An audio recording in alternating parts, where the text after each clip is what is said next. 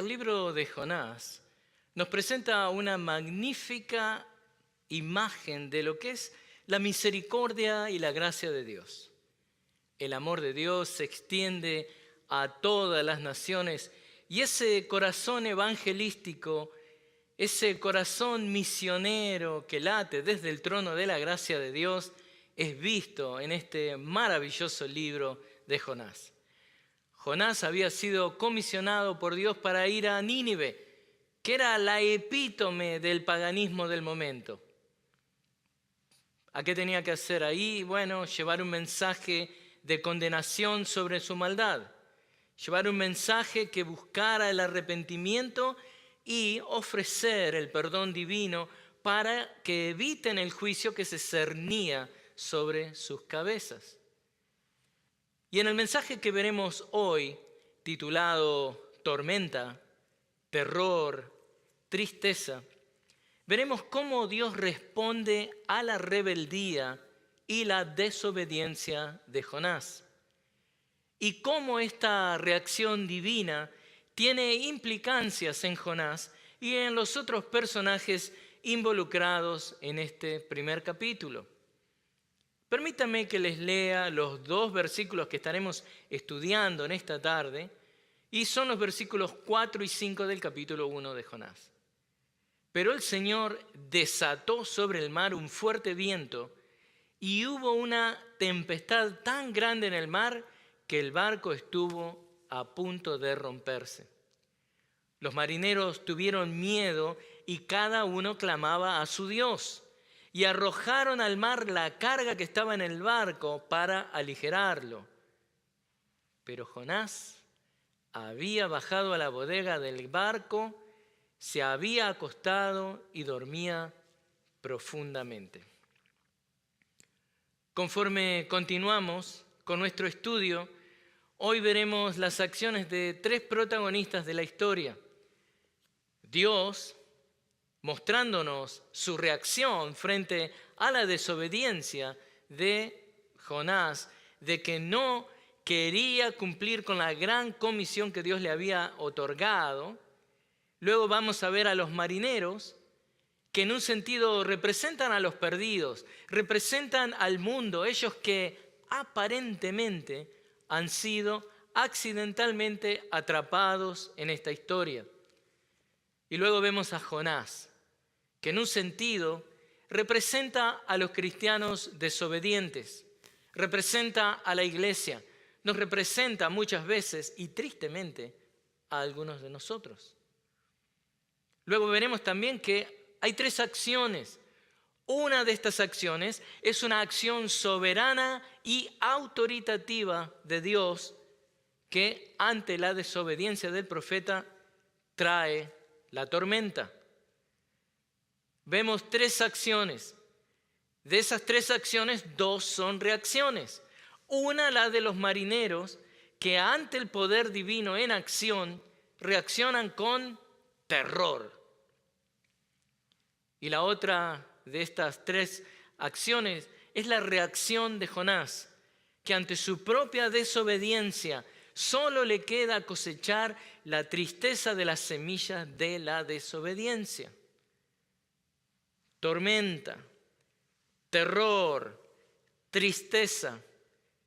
¿Qué aprenderemos de esta aventura en alta mar? Aprenderemos que la desobediencia a Dios solo desata la tormenta del juicio divino que causa terror y tristeza. Esta aventura en alta mar debe recordarnos que los hijos de Dios deben despertar del letargo de la desobediencia para que Dios no los despierte con la disciplina de su amor paternal que produce entendimiento y obediencia. Tengo 3 puntos para ustedes en esta tarde: tormenta, terror, tristeza. Así que comencemos con el primer punto. Y recordamos en el episodio anterior que en esta historia, Jonás, el profeta desobediente, decide abordar un barco con el destino contrario al lugar que Dios le había asignado. Leemos en el versículo 3, Jonás se levantó, pero para huir a Tarsis, lejos de la presencia del Señor. Y descendiendo a Jope, encontró un barco que iba a Tarsis, pagó el pasaje y entró en él para ir con ellos a Tarsis, lejos de la presencia del Señor. Allí encontramos a nuestro amado Jonás, en el medio de su acto de desobediencia. Pero, en el versículo 4 encontramos este pero, que suena como una bocina de niebla emitida por un barco en alta mar. Este pero marca un corte, provee en este caso la respuesta de Dios a la desobediencia del profeta. Este pero es la advertencia divina de que el profeta está navegando sin brújula, con baja visibilidad, completamente perdido. Este pero es un caso típico de la misericordia severa de Dios. La historia de esta huida de Jonás tiene dos peros. El primer pero es el de Jonás, negándose a obedecer a Dios. Pero bueno, de todas maneras, el hombre rebelde nunca tiene la última palabra. Por eso la historia nos muestra el pero de Dios. Dios tiene la última palabra. Jonás había renunciado a su cargo de profeta, pero el Señor no aceptó su renuncia. Así de simple. Y la construcción gramatical aquí cambia abruptamente de lo que Jonás estaba haciendo para mostrar ahora lo que Dios comienza a hacer, indicando que hay un crecimiento en la tensión de estos dos personajes, Dios y Jonás. Pero entonces, ¿qué hace el Señor? Lea conmigo. El Señor desató sobre el mar un fuerte viento. En el versículo 4 comienza la tormenta. Versículo 4. Dios llama la atención del rebelde profeta en forma drástica y dramática. Desató. Ahí vemos que en la Reina Valera dice hizo levantar. Desató nos muestra la soberanía de Dios sobre su creación. ¿Qué es lo que el Salmo 148 claramente nos muestra? Mostrando a la creación de Dios en total sometimiento a la soberanía divina. El versículo 8 nos dice, viento tempestuoso que cumple su palabra. Esta oración de Jonás 1:4 avanza lo que es la narrativa de la llamada del profeta de una manera atípica, de una manera verdaderamente no convencional. ¿Por qué? Porque cuando Dios llama a algún profeta y recibe una negativa, lo que sigue es la reprimenda divina a lo que es la excusa ejercida por el profeta. Eso lo vemos claramente en el caso de Moisés, comisionado para ir a Egipto a sacar al pueblo de Dios de la esclavitud y se niega. Pero bueno, en el caso de Jonás, dado que el profeta reacciona de una manera no convencional, en silencio absoluto y actuando decididamente para escapar de la comisión divina, es por eso que Dios también reacciona de una manera no convencional, no como lo hizo con Moisés. Él lo hace de una manera que es una confabulación, si lo quiere poner, de acuerdo a la perspectiva del profeta, de Dios con el viento y el mar, ¿no? Dios no emite una palabra, no dice nada para detener a este profeta rebelde. Simplemente pone en marcha su creación.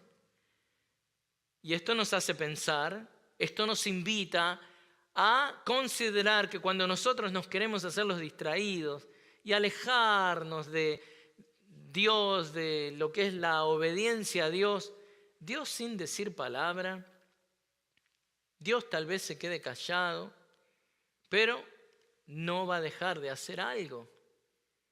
Y recuerden, hermanos, que Él, Dios, siempre es el que está en control en todas las situaciones. La tormenta que Jonás experimentó es una instancia clásica del castigo divino. Y la Biblia claramente declara que los hijos descarriados de Dios pueden y deben esperar la mano castigadora de su Padre Celestial. Hebreos 12:6 claramente nos habla de eso. Dice, porque el Señor al que ama, disciplina y azota a todo el que recibe por hijo. Jonás pensó que simplemente se podía alejar de la presencia de Dios y de la comisión divina que había recibido. Pero el Señor iba a hacer de este viaje de placer del profeta Jonás un momento de enseñanza, un momento de aprendizaje que él no se iba a olvidar. El castigo de Dios es una certeza para cada uno de aquellos que se llaman sus hijos, así como al mismo tiempo también lo que es una certeza es el juicio final de Dios reservado para aquellos que no son sus hijos. Créanme, hermanos, el Señor se puede dar el lujo de esperar todo lo que Él quiera. Él no tiene apuros, Él no tiene necesidades. Usted puede ofenderlo y aparentemente nada le está pasando. No hay consecuencias, no hay castigo infligido sobre usted. Pero recuerde algo, el camino por el que usted camina, muchas veces un camino largo, va a tener el castigo divino esperándolo ahí, acechando oscuramente, ¿no? En un lugar que usted no lo espera, en algún punto futuro que haya sido determinado por Dios. O sea, Dios tiene un día asignado en que lo va a traer a juicio a usted. Y estamos hablando de este lado, de la eternidad, donde Dios lo va a tratar como un hijo. Dios tiene asignado un día para ese castigo. Y eso no es lo que la gente llama karma. No, eso es justicia divina. Y este versículo que estamos viendo en Jonás claramente demuestra que la tormenta fue un instrumento de Dios para castigar a Jonás. En el original hebreo, miren, la palabra usada para desató es usada en otros lados para describir una jabalina. Y hay un comentarista, O. Palmer Robertson, que explica: Dios toma a puntería cuidadosamente al blanco escogido y con toda su fuerza lanza su arma escogida. El viento se convierte en el arma, esta arma de Dios para mostrarle al profeta rebelde su disconformidad con la negativa de ir a Nínive. La expresión hebrea tiene una fuerza tremenda. Literalmente significa que Dios arrojó una tormenta al mar en el lugar exacto, en el lugar preciso donde se encontraba Jonás. El viento y la tormenta provocada por Dios es como ese tiro de jabalina divina conforme está empujando al profeta hacia una nueva frontera, ¿no? de misericordia divina. Te voy a enseñar, Jonás. Me voy a encargar de ti para que aprendas a ser obediente. Esta respuesta divina de arrojar la tormenta pone en marcha una serie de eventos que van a lanzar y sostener los eventos que siguen. Por ejemplo, Dios lanza el viento, los marineros lanzan la carga al mar y luego también lanzan a Jonás al mar. Entonces, ¿qué es lo que este viento provoca? Bueno, leamos juntos. Y hubo una tempestad tan grande en el mar que el barco estuvo a punto de romperse. Hermanos, necesito que noten la belleza narrativa que hay aquí en Jonás. El autor pasa del cielo, de lo que es la agitación del viento, pasa al mar, lo que es la agitación de la tormenta, luego va al barco, la amenaza de desintegración de este navío, luego va a la cubierta del barco, donde los marineros están orando y arrojando toda la carga que tienen, y luego va aún más abajo a lo que es la bodega del barco, donde está nuestro amigo Jonás durmiendo profundamente. En otras palabras, la narración desciende, arrastrando al lector a las profundidades mismas con Jonás.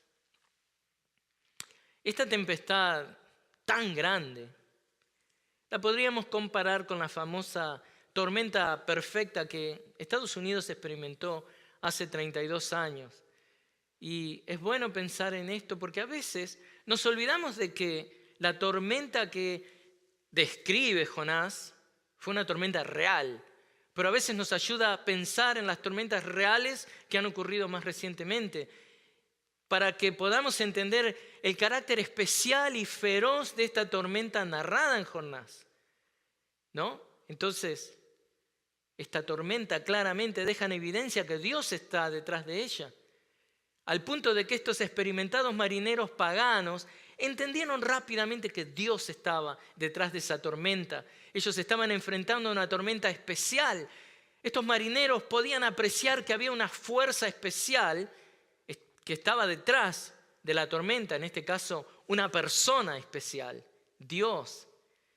Y como les decía, la tormenta perfecta, por ahí alguno de ustedes vio la película, por ahí se acuerdan, ¿no? George Clooney estaba en la película. Bueno, esta película narra la historia de un navero pesquero que se pierde en alta mar, con 8 tripulantes creo que era, y hay un meteorólogo que describe que para que esta tormenta tan fuerte se diera y fuera posible, se necesitaron 3 ingredientes para crear una tormenta de tal magnitud. Una, el agua caliente, subiendo, digamos, desde el este verano, esta resaca del calor que sale del océano, que luego choca con el segundo ingrediente viniendo del norte de Canadá, bajando estas masas de aire que, digamos, crea un sistema de presión que, bueno, hasta ese momento estas dos cosas serían normales de tener, pero luego en esta tormenta perfecta vemos un tercer ingrediente que es un huracán tardío, que increíblemente, irónicamente se llamaba Grace. Y este huracán tardío es el que termina conformando esta ecuación mortal, porque este huracán que estaba moviéndose hacia el noroeste desde las Bermudas es lo que hace que estos 3 frentes choquen, creando una tormenta monstruosa de 2.000 millas de ancho. Esto pasó, lo de la embarcación esta que se pierde, el 28 de octubre de 1991. Y hermanos, las olas eran tan altas, tan grandes, 100 pies de altura, el equivalente a un piso, a una casa de 3 pisos. Impresionante. Fue una colosal colisión de 2 estaciones, del invierno y del verano, un aterrorizante fenómeno de la naturaleza. Pero 27 siglos antes hubo otra tormenta perfecta, una aterrorizante tormenta que Dios mismo creó para detener a Jonás.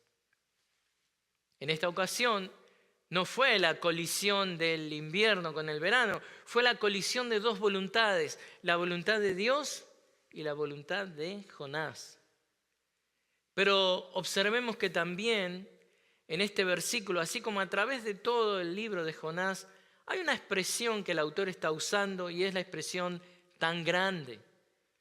Y esta palabra, que es un adjetivo, aparece varias veces en las siguientes oraciones. La palabra grande, como les digo, usada 13 veces, y hay una razón por la que Jonás la usa. Él lo dice así: la gran ciudad, fuerte o gran viento, en gran manera, tempestad grande, se atemorizaron grandemente, temieron en gran manera. Dios dispuso un gran pez, gran ciudad, ciudad muy grande, desde el mayor, o sea, el más grande, el más importante, hasta el menor. Desagradó a Jonás en gran manera, alegró grandemente la gran ciudad. O sea, ¿por qué Jonás, el autor, está trayendo este adjetivo una y otra vez? Lo que vemos es que la frecuencia de este adjetivo a través del libro sugiere que Jonás se sentía abrumado por la naturaleza sobrecogedora del llamado divino que había recibido. El profeta estaba siendo, digamos, desafiado en sus ideas convencionales sobre la elección divina, la misericordia divina, la justicia divina. O sea, el profeta se sentía abrumado por la tarea y por el no poder comprender cabalmente los atributos misericordiosos y llenos de gracia de Dios hacia los perdidos. Pero hay algo más. No solamente él se siente abrumado, él se sentía arrinconado. ¿Por qué? Bueno, de acuerdo a la percepción de Jonás, que recuerden al momento de escribir el libro, han pasado años ya, ¿no? Cuando él narra la historia, creía que no solo Dios, sino también la naturaleza, el viento, el mar, estaban en contra de él. Y también, ¿saben quién? La embarcación. Él describe que el barco estaba decidido a conspirar contra sus planes que él tenía digamos, salirse de la voluntad de Dios, desertar de esta misión que Dios le ha dado. ¿Por qué digo esto? Porque en el original hebreo, Jonás usa la expresión el barco pensaba en romperse. Y una vez más, los invito a que vean la belleza de esta expresión. Es algo artístico que Jonás escribe, que es mejor que, la verdad, cualquier argumento, cualquier trama de película, porque esta nueva sección que comienza ahora en el versículo 4 cambia abruptamente el foco hacia el barco. El barco que amenaza con romperse. Aquí el sujeto gramatical se desplaza a lo que es al principio de la cláusula para desviar ahora la atención, que ya no esté la atención en el origen celestial de la tormenta, sino en los efectos terrenales de la tormenta. Y se dirige al barco y dice que el barco está a punto de romperse.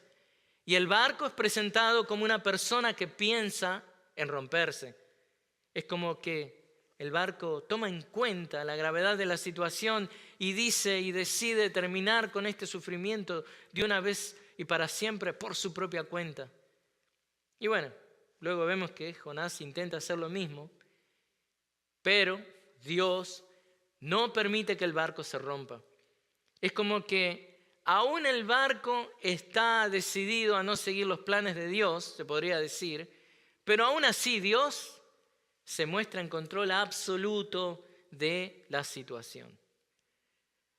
El tema de expresar que el barco piensa en romperse es lo que gramaticalmente se llama una prosopopeia o una personificación. Y dado que estamos hablando, hermanos, de alta mar, de navíos, de barcos pesqueros, de marineros, quiero aclarar una cosa, que cuando decimos prosopopeia no nos estamos refiriendo a la mamá de Popeye. Solo para aclarar, dado que Popeye, bueno, es un marinero, no quiero confusiones, pero una prosopopeia, una personificación, es la atribución de una actividad humana a un objeto que es inanimado. Por ejemplo, usted dice o lee, el viento susurraba sin descanso. Bueno, eso es una personificación. Y en este caso, en Jonás, la frase traducida como el barco está a punto de romperse es una frase también, una personificación, pero también es una frase onomatopéyica. Y dale con las palabras difíciles. Una frase onomatopéyica intenta describir algo a través de tratar de mostrar sonidos que sean parecidos a la acción que se está describiendo. Una frase onomatopéyica es esta que intenta, ¿sabe qué? Escuche esto.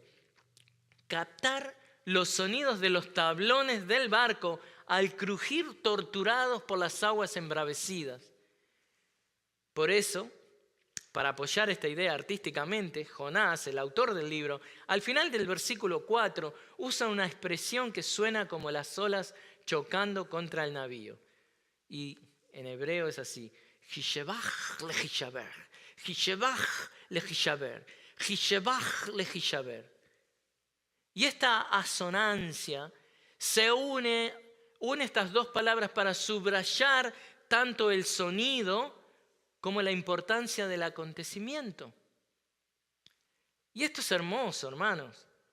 La Biblia es un libro hermoso. En el caso de Jonás, él hace uso frecuente de estos sonidos onomatopéyicos, de las personificaciones, pero también del humor, de la sátira, de la ironía, que vamos a ver el próximo mensaje. Está lleno de ironía. Y él lo hace conforme presenta a los personajes humanos. Pero también, como verá, escribe con una belleza y una poesía, algo poéticamente admirable. ¿Qué aprendemos del primer punto? Que Dios reacciona a la desobediencia de sus hijos. Entonces, ¿cómo respondemos a su reacción correctiva?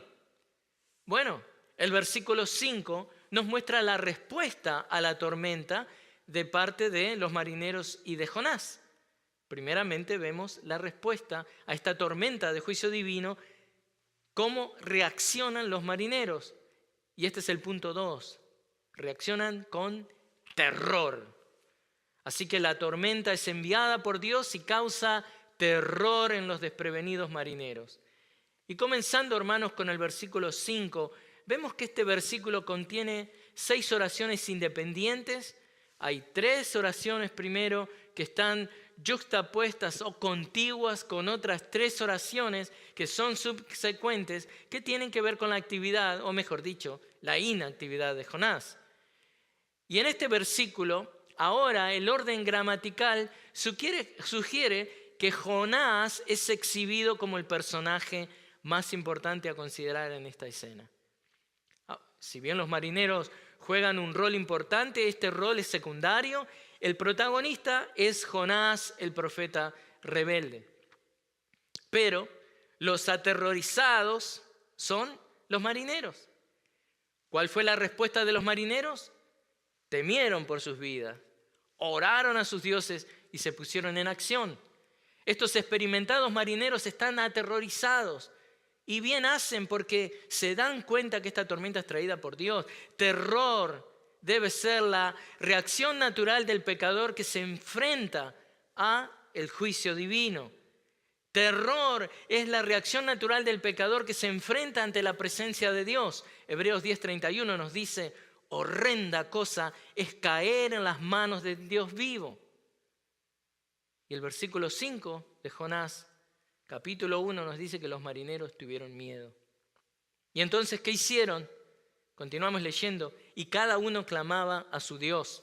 Si bien los marineros responden a la tormenta con acción, mientras que Jonás responde con inacción, lo que queda en evidencia es que estos idólatras no son transeúntes inocentes. No. La misma idolatría de estos paganos los calificaba completamente para el castigo de Dios a través de la tormenta. Aquí no hay inocentes, hermanos. Al observar el accionar de los marineros vemos cuán fuerte también es que su voluntad de salvarse, pero también vemos que cuanto más tratan de salvarse, de imponer su voluntad sobre estas vicisitudes que se les presentan, estas condiciones externas frustran sus deseos internos. Y aquí vemos que todos los inconversos, en un sentido, tienen implantada profundamente en sus corazones la convicción de la existencia de Dios, a quien claman en desesperación, aún sin conocerle. Y estos marineros nos confirman cuán inútiles son las oraciones nacidas del terror. Por eso, quiero hacer una pequeña pausa acá. Amigo, si esta tarde tú estás aquí sin Cristo, tú estás a la deriva en el mar indomable de la vida y las altas olas del pecado van a hacer que te ahogues en muerte eterna. Simplemente estás esperando que tu momento de destrucción llegue. Así que no ores, no reces sin sentido a un Dios que no conoces. Ven a Cristo. Arrepiéntete de tus pecados y acepta por salvación, para salvación de tu alma, que el Hijo de Dios murió en la cruz del Calvario por ti. Dice la palabra que todos hemos pecado y estamos destituidos de la gloria de Dios. Dice que la paga del pecado es muerte, pero la dádiva de Dios es vida eterna en su Hijo Jesucristo. Y eso es lo que se te ofrece esta tarde. Arrepiéntete de tus pecados y ven a los pies de Cristo. Pero, volviendo al texto, a pesar de que estos marineros no conocían al Dios verdadero, hay algo que los marineros nos enseñan, y es esa infinita pequeñez, esa insignificancia que tienen las posesiones terrenales cuando uno está enfrentando una situación de vida o muerte. Porque es en esos momentos de peligro cuando nos damos cuenta que ni aún la más grande de las riquezas terrenales se comparan con el valor de nuestra vida. Como dijo el Señor Jesucristo en Mateo 16, 26, pues, ¿qué provecho obtendrá un hombre si gana el mundo entero, pero pierde su alma? ¿O qué dará un hombre a cambio de su alma? ¿Y tú que piensas que solo la vida consiste en trabajar, para luego ir a trabajar y para luego seguir trabajando? Y luego pierdes tu alma. ¿Qué sentido tiene todo ese trabajo que, como dice la palabra también, va a ser disfrutado por un hombre que viene después de ti? Pero el punto acá es que todos sabemos que en las aguas del peligro inmediato, las vidas de los ricos y los pobres son puestas en el mismo nivel. Entonces, un ejemplo claro y reciente, otra película, Titanic. ¿Recuerdan, no? Los mismos pasajeros de primera clase que habían pagado miles de dólares, dormían en los más lujosos y cómodos camarotes, comían las comidas más exquisitas, luego estaban rogando para subirse a uno de esos miserables botes de emergencia, donde eran juntados con aquellos que pagaron pocos dólares para viajar, que por ahí estaban comiendo pan duro, lo único que querían era llegar a su destino. Así que ahí vemos que todos los niveles culturales, todos los niveles económicos fueron nivelados. Y es en los peligros inminentes de perder la vida que la gente se acuerda de Dios, y son estos peligros inminentes de perder la vida que son usados por Dios, ayudándonos, obligándonos a ver la inutilidad de todo bien mundano si es que el alma está perdida. Así que, conforme vemos que los marineros empedernidamente trabajaban para salvar sus vidas y estaban movidos por el terror, ahora vemos qué es lo que hacen. Y arrojaron al mar la carga que estaba en el barco para aligerarlo. Como verán, el terror que sintieron los hizo querer deshacerse del peso innecesario para poder tener más capacidad de flotación. Es como aquel que se da cuenta que le dio un infarto y se da cuenta que está demasiado ocupado y dice, bueno, creo que es hora de dejar algunas cosas, ¿no? Porque quiere recuperar la vida. Pero de esto también, hermanos, aprendemos una verdad espiritual de lo que están haciendo los marineros descargando el barco. Porque conforme los marineros se preocupaban por deshacerse de lo que estaba en la cubierta, de lo que era visible, su verdadero problema yacía en la bodega del barco. Ellos desconocían dónde es que estaba el verdadero problema que estaban enfrentando, y muchas veces lo mismo pasa con la vida del pecador. Y la analogía, el ejemplo que rescatamos de acá de la actitud de los marineros aterrorizados muestra cuán superficialmente la gente el inconverso piensa acerca de sus problemas. La raíz del problema aquí no era, en este caso, la carga del barco, ni aún la violencia de la tormenta, pero el enfocarse en esas cosas externas es la moneda corriente, es esa manera de mirar solo a las circunstancias, lo que la mayoría de la gente hace, tratando de ¿qué? De buscar remedios rápidos, de buscar soluciones indoloras a lo que es el verdadero problema. Y así como el verdadero problema que tenía el barco que estaba yendo a Tarsis, estaba debajo de la cubierta del barco, de la misma manera, los problemas verdaderos de un individuo no están en la superficie, no están solamente en las cosas externas, sino que yacen, se encuentran en la raíz, se encuentran en lo profundo, no en la superficie de la cubierta de la vida de las personas, sino en lo profundo de su interior, en su corazón. Y ese problema es el pecado. Y la actitud de los marineros y su manera de querer resolver este dilema en el que se encontraban, nos invitan también a nosotros a reflexionar. Si tal vez nosotros no estamos tratando de solucionar las cosas de la misma manera. Los problemas de la humanidad nacen de la culpa y la miseria espiritual en la que hemos incurrido debido al pecado. Y el hombre natural se acerca a Dios de una manera superficial. El hombre natural simplemente le pide que lo ayude a remover los peligros a los que se enfrenta. El hombre natural simplemente le pide a Dios que lo sane de una enfermedad. Pero raramente se acerca a pedirle que remueva el pecado, que es lo que lo encadena y lo esclaviza y lo que lo va a llevar a una muerte eterna. O sea, estamos tirando por la borda en forma legalista y en forma externa la mercancía y la carga de algunas acciones. Bueno, voy a dejar de mentir tanto.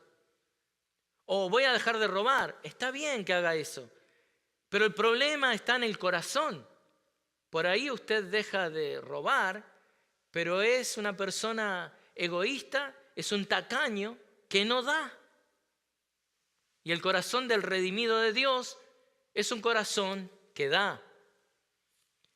Pero bueno, la tormenta, si usted se empecina en simplemente descargar las cosas de la parte externa, de la cubierta de su vida, bueno, eso no va a cambiar. La tormenta continuará conforme el pecado siga reinando en su corazón. Ahí es donde está y donde yace el verdadero problema. Y el terror que el inconverso experimenta es parte de lo que llamamos el ABC del manual de la religión natural.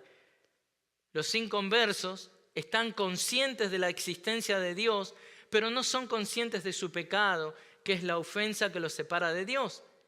Y la religión natural tiene el límite fatal de que si bien los hombres saben que Dios existe, ellos no lo conocen. En el corazón, hermanos, en el corazón, amigos, de todo tipo de idolatría está la realidad de que mientras que el pecador conoce que Dios existe, al mismo tiempo no lo conoce. Por eso es que predicamos el Evangelio de Cristo desde la palabra de Cristo, porque es la palabra de Cristo lo único que nos va a ayudar ¿a qué? A destruir especulaciones y todo razonamiento altivo que se levanta contra el conocimiento de Dios y poniendo todo pensamiento en cautiverio a la obediencia de Dios, como nos dice 2 Corintios 10:5. Y en el caso de aquí, de esta escena en Jonás, el terror de los marineros es entendible, porque la gente muchas veces tiene miedo a lo desconocido, y estos hombres se habían encontrado con una tormenta que claramente les mostraba que era traída por Dios, el Dios verdadero a quien ellos no conocían. Por tanto, los marineros actúan ¿qué? De forma previsible, dándole lugar a su idolatría y orando a sus dioses falsos para recibir ayuda y sobrevivir a la tormenta. Y esto es algo muy común en ese tiempo. Las culturas orientales asociaban el control de los mares con un dios o con varios dioses, al punto que ahí en el área del mar Mediterráneo había una ciudad-estado llamada Ugarit, que quedaba a 250 millas de la ciudad de Jope, que había florecido en ese tiempo, entre 1750 y 1190 a.C., y ellos tenían un templo de Baal que era fácilmente visible. O sea, usted lo podía advertir y ver claramente desde el mar, porque dicho templo contenía 17 anclas de piedra. Y la razón de que ellos tuvieran ese templo era su creencia de que en el antiguo mar Mediterráneo Baal controlaba los mares y sostenía y mantenía y protegía los destinos de estos marineros en sus manos. Así que la idolatría era algo común y corriente. ¿Qué aprendemos del segundo punto? Que el terror producido por la desobediencia a Dios debe llevar al inconverso al arrepentimiento para abrazar a Dios.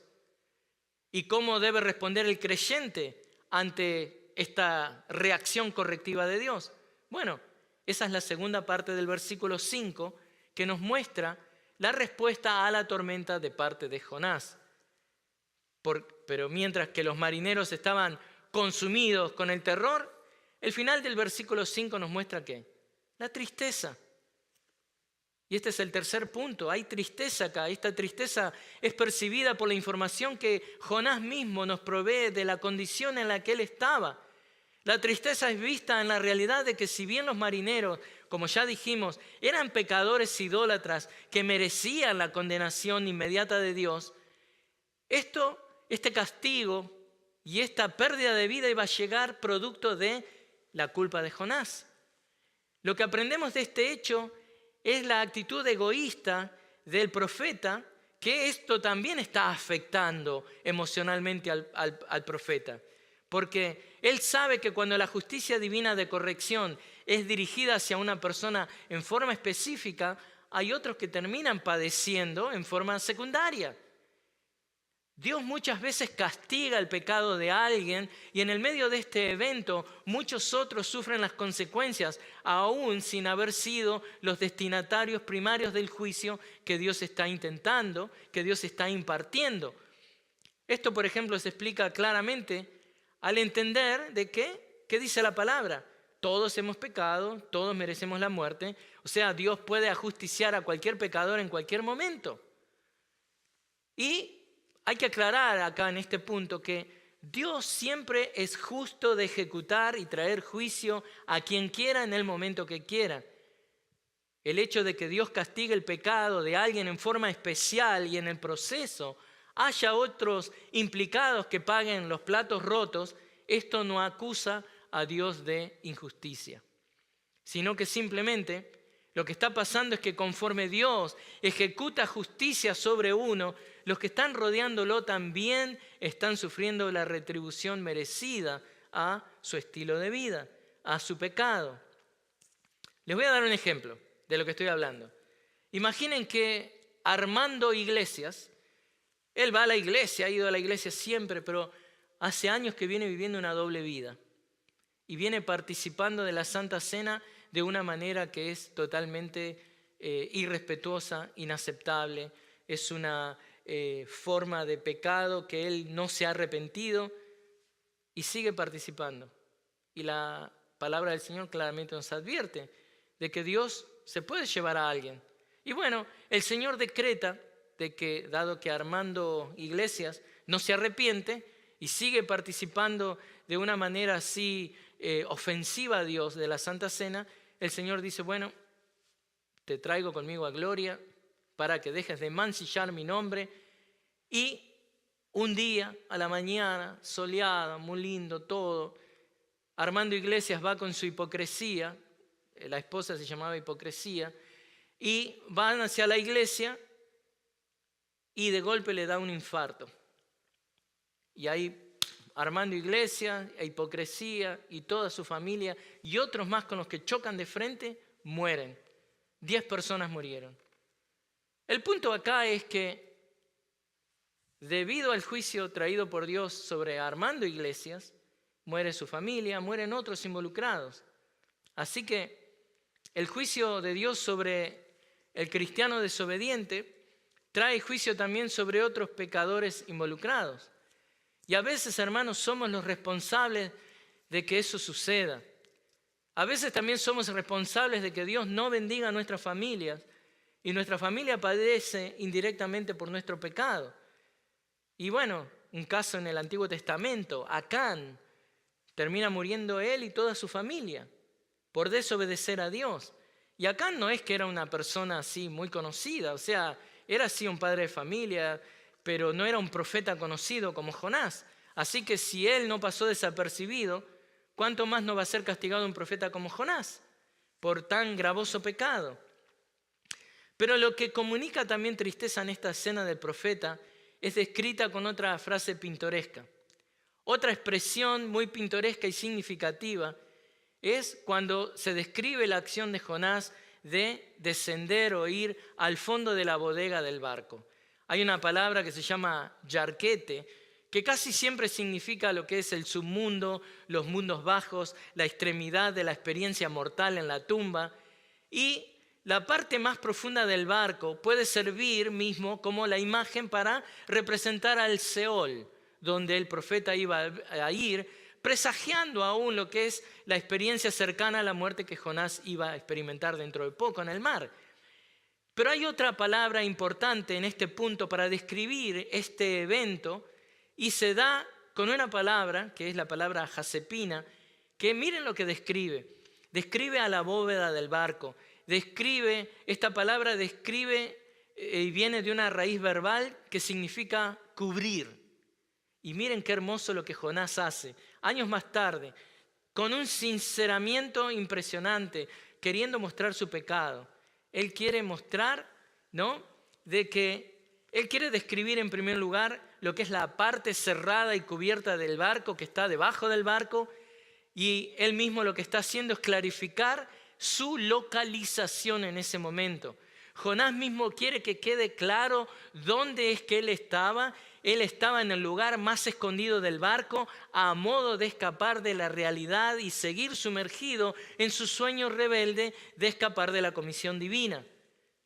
Y ahora él nos está dando esta información inmediatamente después que nos ha provisto la información de que los marineros están arrojando la carga al mar.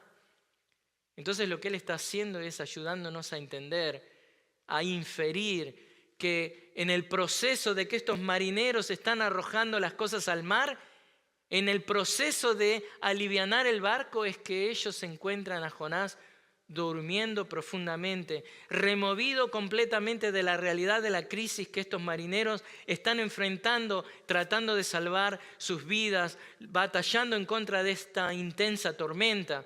En otras palabras, lo que Jonás está diciéndonos acá es que Dios arrojó el viento, que hizo que los marineros arrojaran la carga al mar, que permitió que Jonás sea encontrado. Y eso es lo mismo que le pasa al pecador que está huyendo de la voluntad de Dios. Dios puso al descubierto, expuso donde Jonás estaba escondido, conforme los marineros frenéticamente buscaban sobrevivir. Y esto obviamente es algo triste, hermanos. El profeta que había sido elegido y comisionado para honrar a Dios al manifestar misericordia divina sobre estos pecadores, ahora es expuesto en una actitud de indolencia y tristeza que hace recordar mismo, ¿se acuerdan los discípulos en el jardín de Getsemaní? ¿Qué es lo que dice Lucas 22:45? Que cuando el Señor se levanta de orar, fue a los discípulos y los halló dormidos a causa de la tristeza. Y en el caso de Jonás, la tristeza, el agotamiento, se debía a su desobediencia y a su huida de la gran comisión recibida. Así que, hermanos y hermanas, el único resultado previsible de la desobediencia a Dios es una tristeza que carcomerá nuestros huesos. Salmos 32. Y para evitarnos esa tristeza, como iglesia debemos ser responsables y obedientes a la gran comisión que el Señor nos ha dado. Y para terminar, quiero compartir que tiene que ver con algo que el comentarista Richard Phillips identifica, y que son 4 actitudes de la iglesia durmiente, son 4 características que indudablemente conducen a la tristeza del cristiano individualmente y a la tristeza de la iglesia. Y él dice, punto 1 de esta característica, La iglesia durmiente no es consciente de su condición somnolienta. Los dormilones solo toman conciencia cuando están despiertos.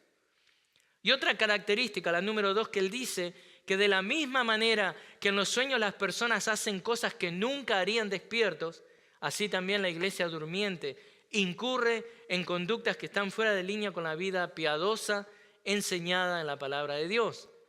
Y otra característica, la número 3, que habla de la iglesia somnoliente, es que los que duermen odian las alarmas. Eso crea resentimiento hacia aquellos que, tal como los profetas de antaño, eran los que buscaban despertar al pueblo de Dios.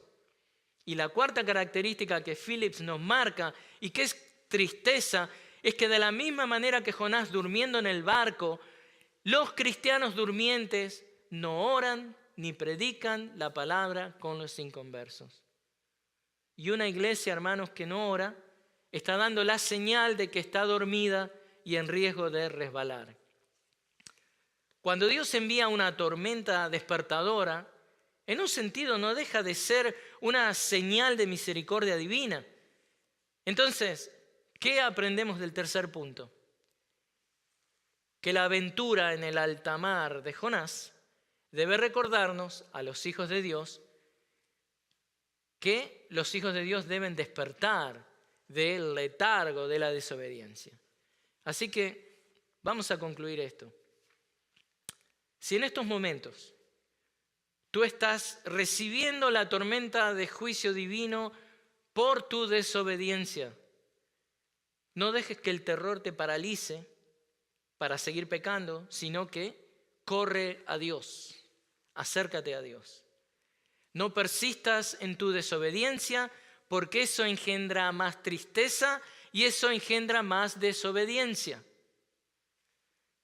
La desobediencia a Dios solo desata la tormenta del juicio divino que causa terror y tristeza. Y los hijos de Dios debemos despertar del letargo de la desobediencia para que Dios no nos despierte con la disciplina de su amor paternal que produce entendimiento y obediencia. Así que obedezcamos a Dios. Subámonos al barco de la obediencia divina. Oremos. Señor, te damos gracias por esta palabra tan clara que nos muestra que tú, Señor, respondiste a la desobediencia de Jonás, trayendo esta tormenta que aterrorizó a estos marineros y que trajo tristeza a tu profeta. Ayúdanos, Señor, a ser obedientes a tu gran comisión, a no ser, Señor, castigados, a no estar aterrorizados, Señor, porque sabemos de que hemos pecado contra ti y tú en algún momento, como Padre que nos amas, nos vas a castigar. Ayúdanos, Señor, a no estar tristes, a estar activos, a estar obedientes, para tu gloria y tu honra. En el nombre de Cristo oramos. Amén. Que el Señor les bendiga.